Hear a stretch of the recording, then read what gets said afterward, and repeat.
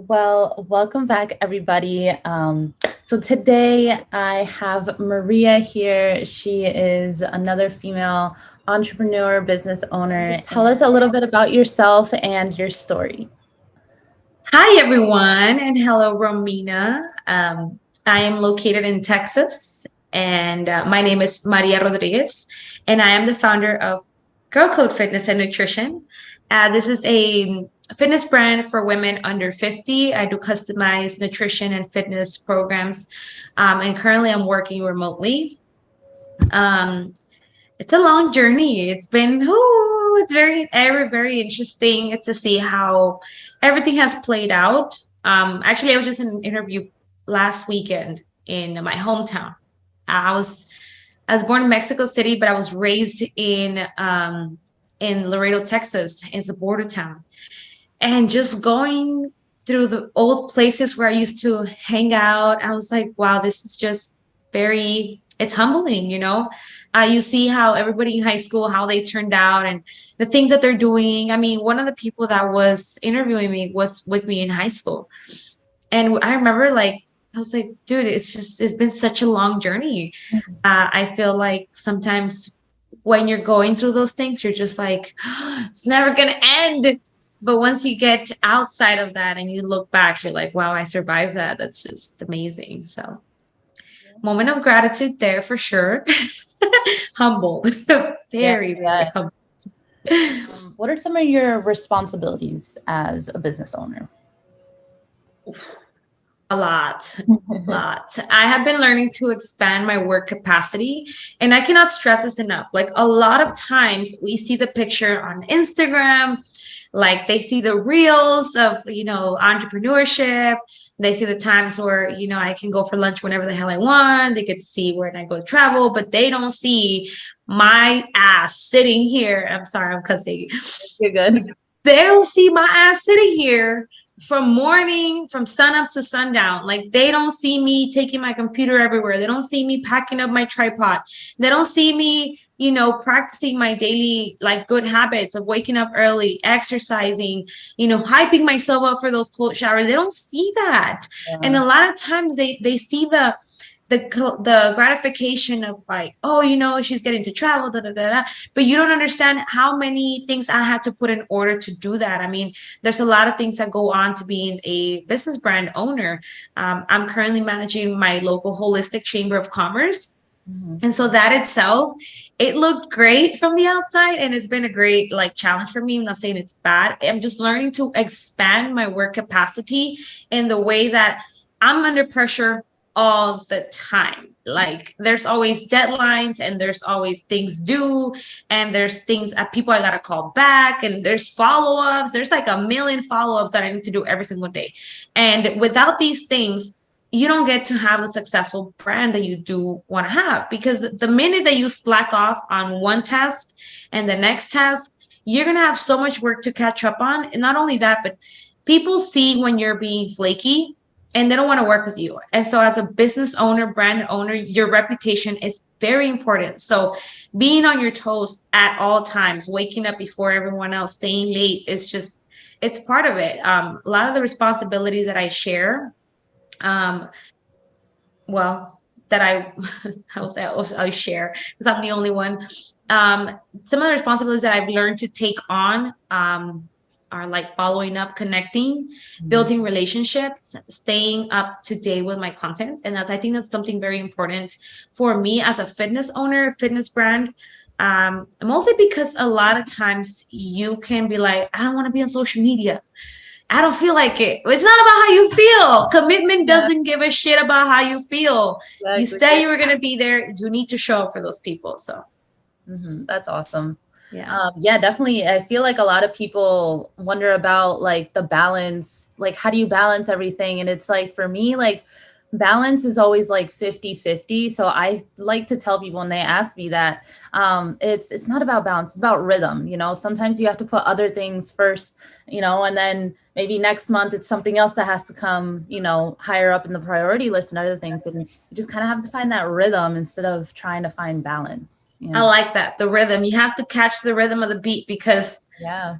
um I'll tell you this much. When I'm not in flow, Hmm. I cannot work. I'm like either on my phone, I'm eating. I can't think straight. But when I get into my zone, into my flow, there's like I could sit there for like 2, 3 hours, 4 hours, 5 hours. I mean, there's times where I sit there for like, I just go to sleep and I eat. But like there's times where I just go into this flow of just working, working, working, working, working, working, working.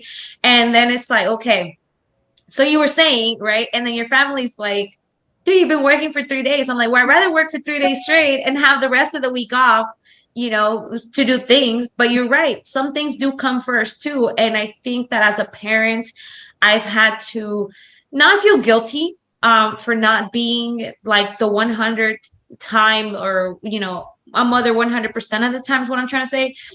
Yeah. A lot of times we fall into this guilt, especially as women. Do you have children, Romina? I don't know. You have a puppy. Yes, a dog. Okay.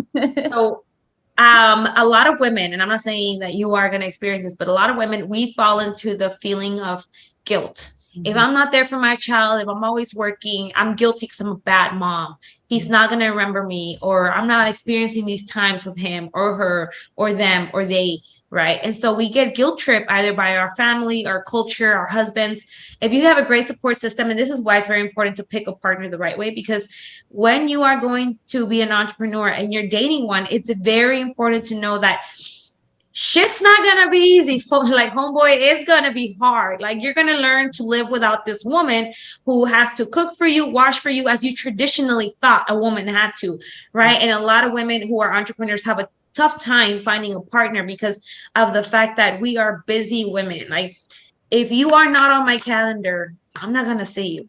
Yeah. Like, if you don't make an appointment, and it might sound like robotic shady, but it's like, I have a business, I have a brand, I have a mission. If you agree with my mission, you're going to help me work towards it. If not, you're going to like support it, right? Whether it be like doing the dishes for me or doing the laundry or whatever it is, because it's a team, right? If we both have goals, that's one thing I've noticed. Nobody has to take the back seat. We just need to learn how to share the wheel. Yeah. And so sometimes it's common that women are like, hey, you have to cook. If you don't cook, you're not a good woman. If you don't stay with home with the kids, if you don't spend time with your kids, you get guilt trip, right? And so I learned to say, hey, at the end of the day, my children are going to leave me like I left my mother. Yeah. So why should I sit here and give them my whole entire life and devote like every single second of it? Doesn't mean that I'm not a good mother. It just means that I know how to prioritize myself. And I know how to put my goals first, because oftentimes, how many times and this is something that I'm very like passionate about, because I work with women like this. I work with women who stayed home. They forgot who they were. They were so involved with being a mother that they literally forgot their identity. They forgot how to dress, how to live, how to laugh, how to be sociable. Mm-hmm. And so when you're trying to break them out of this mindset, they're like, but my kids. And I'm like, your kids are fine. You, woman, like, you cannot be happy. You cannot make someone else happy if you're not happy. Mm-hmm. And so happiness starts from within, and you need to learn how to set healthy boundaries to know, like, hey, it's mommy time and it's work time. Yeah. And it's a whole, like you said, it's a whole rhythm. Yeah, exactly. With that, I don't know if you kind of just answered it or not, but what is the biggest challenge for you as a female entrepreneur? The biggest challenge, there's so many. I would say the biggest challenge that I face every single day is time management. So I try not to waste any second, any minute of my day. Like, I try to reduce the risk of missing out on any spare time that I might be wasting, because I do have enough time. I just have so many things going on. And I think that if you are not meticulous with your time, you can definitely just go a whole day without doing anything that's going to create you money. Like, it's so easy to fall into the trap of scrolling. It's so easy to fall into the trap of, oh, I'm going to go for, I don't know, like a second round in the gym. And it's like, you got other things to do. I feel like that's an everyday struggle for me, is being able to manage my time and stay on track, because I'm very ADHD. So I'm like, oh, look, bird. And like, it's crazy out there. Yeah. Yeah. Something I've learned is time blocking, and that's really helped me. So I just set aside like that 1 hour, just do this. And that way the hour's up, I'm like, okay, I could do something else. I got it done. Because then it's like you, like, I'm going to get so distracted. This one distracts me. Like, We live in a world where everything's meant to distract us. Yeah. Like, notifications on my phone, I turn that thing off. Like, it's on sleep mode all the time. Why do you answer your phone? I ain't got time. Okay, I ain't got time. Exactly. Yeah. Put it on my calendar. Exactly. I literally told my mom too. I'm like, my mom's like, oh, I think I have to like schedule like an appointment with you to talk to you. You do. You do. Sorry, Mom. Everybody does it.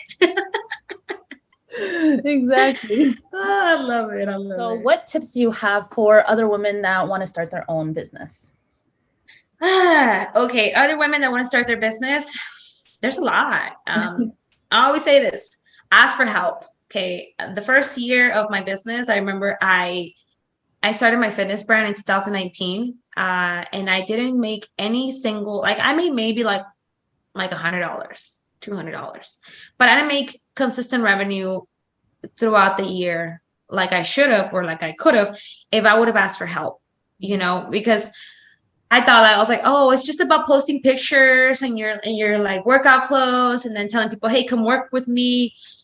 I did that for 7 months. Didn't work. Like it didn't work. So I was like, okay, something's got to give. Like I need to learn how to do this. And so I was watching like a lot of things. So I would say, if you find someone that is doing amazing in the business that you want to be in, just be what they're doing, like revamp it, have it your own style, have it your own way, and then put it out there. You don't have to reinvent the wheel. You just have to customize it to what you want it to look like.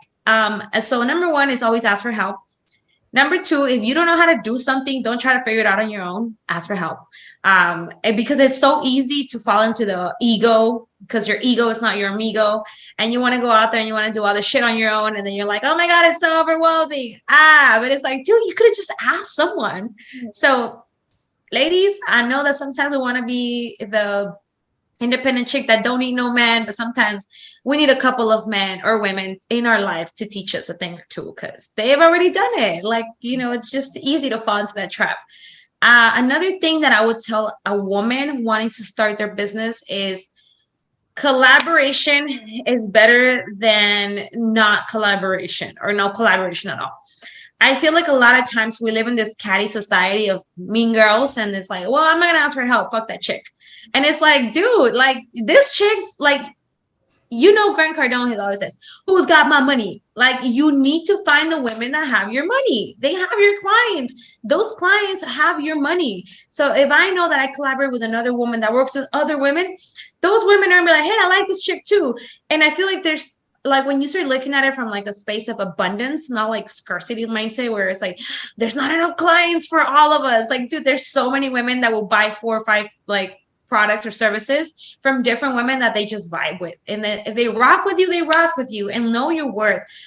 And I know a lot of people, it's just like so cliche nowadays, like know your worth, rah, rah, rah. But it's like, what is really know your worth? Like, know your worth to me is like, okay, listen, this is my price.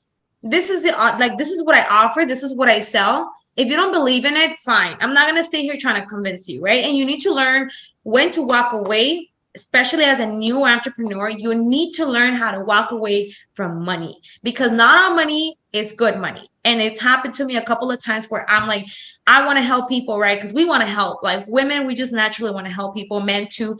But some people won't see the value in your service, so they won't take it serious. And when they don't take it serious, they're just going to come back and be a bad review. So you need to learn how to say, hey, listen, I get it. I just don't want to work with you. And it's okay to say no. Setting boundaries is something very important in business and life, in just overall existence. Boundaries, healthy boundaries. Our parents didn't teach us this. And if they did, kudos to you, girl. But yeah, most of all, ask for help. Put your ego down, collaborate, set some boundaries. And I will say the last thing that I would want a woman out there starting her brand is be organized. Be organized. Like, I'm not talking about the cute little shelves on Pinterest. I'm not talking about the nice color-coded folders or like the cute little backpack. Like, I'm talking about be organized with your life. Have a schedule. Hey, I'm going to work out this day. I'm going to not work out this day. This is what I'm going to eat. And let me tell you, when you hire professionals to help you with these things, like when you ask for help, it just becomes so easy to be organized because now you don't have to worry about shit that you don't even have to worry about, like organizing your closet. I mean, you hire someone to do that and you don't have to worry about it. Be like organized. Like I can't emphasize this enough. Be organized. Like Robina said, block your time. If they're not aligning with your values, your morals, your mission, do not entertain it.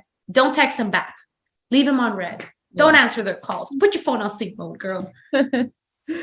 Yeah, that's so true. Like even what you're saying, like being able to say no, you just got to develop like that rhino skin.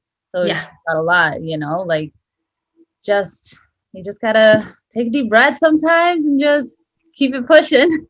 Yeah, you got to learn to say no. It's okay to say no. Some people are going to get mad. Just learn to say no. I think I started saying no back in 2000, and I can remember the year because I know it was like a big thing for me to say no.